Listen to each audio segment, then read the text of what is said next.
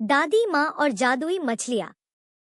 गांव के किनारे एक पुरानी झोंपड़ी थी जहां एक बूढ़ी महिला रहती थी। सब उन्हें दादी माँ कहते थे। उनकी उम्र काफी हो चली थी, लेकिन मन अब भी बच्चा था।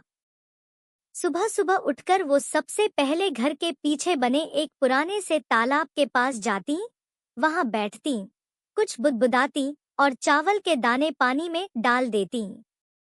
गांव के बच्चे अक्सर पूछते, दादी माँ, आप हर दिन तालाब से क्या बात करती हैं? वो बस मुस्कुराकर कहती, ये तालाब सिर्फ पानी नहीं, इसमें मेरी दो सबसे खास दोस्त रहती हैं।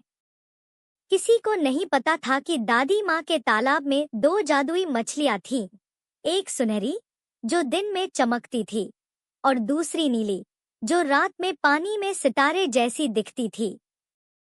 ये मछलियाँ कोई साधारण मछलियाँ नहीं थी। ये दादी माँ की बातें सुनती और सच्चे दिल से की गई दुआओं को पूरा करती थी। दादी माँ ने किसी को उनके बारे में कभी खुलकर नहीं बताया, सिवाय एक बच्चे के, अर्जुन।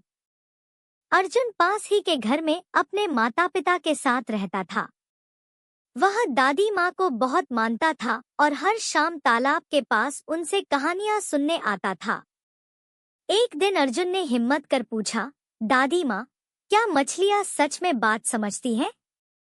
दादी माँ ने उसके सिर पर हाथ फेरते हुए कहा, अगर दिल साफ हो तो पानी भी सुन लेता है बेटा।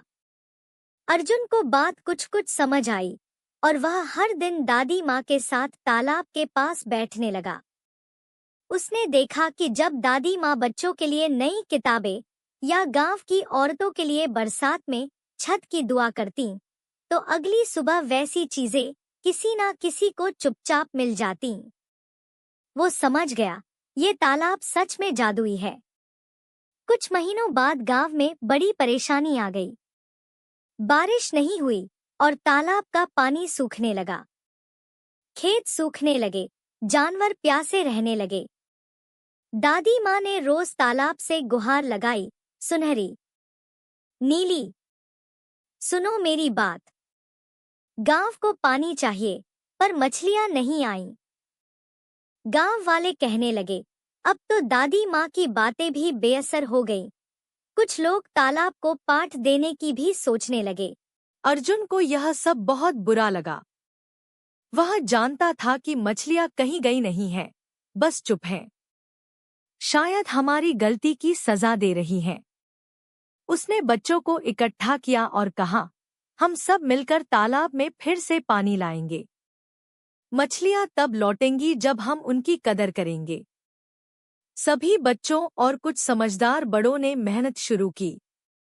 उन्होंने पास के पहाड़ों से नहरें खोदकर तालाब की ओर पानी मोड़ा। 7 दिन लगे, लेकिन आखिरकार पानी फिर से तालाब में भरने लगा।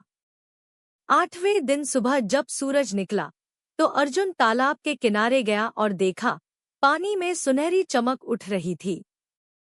फिर एक नीली सी रेखा भी घूमती दिखाई दी। मछलियां वापस आ गई थी। दादी माँ की आंखें भर आईं। उन्होंने अर्जुन को गले लगाकर कहा, तूने सबको सिखा दिया कि जादू मांगने से नहीं, देने से लौटता है। उस दिन गांव भर में खुशियां लौट आईं। तालाब फिर से लहराने लगा। गांव वालों ने तालाब की पूजा की और एक छोटा सा पत्थर का मंदिर वहां बनाया, जिसमें लिखा था, जहां भलाई होगी वहीं जादू होगा।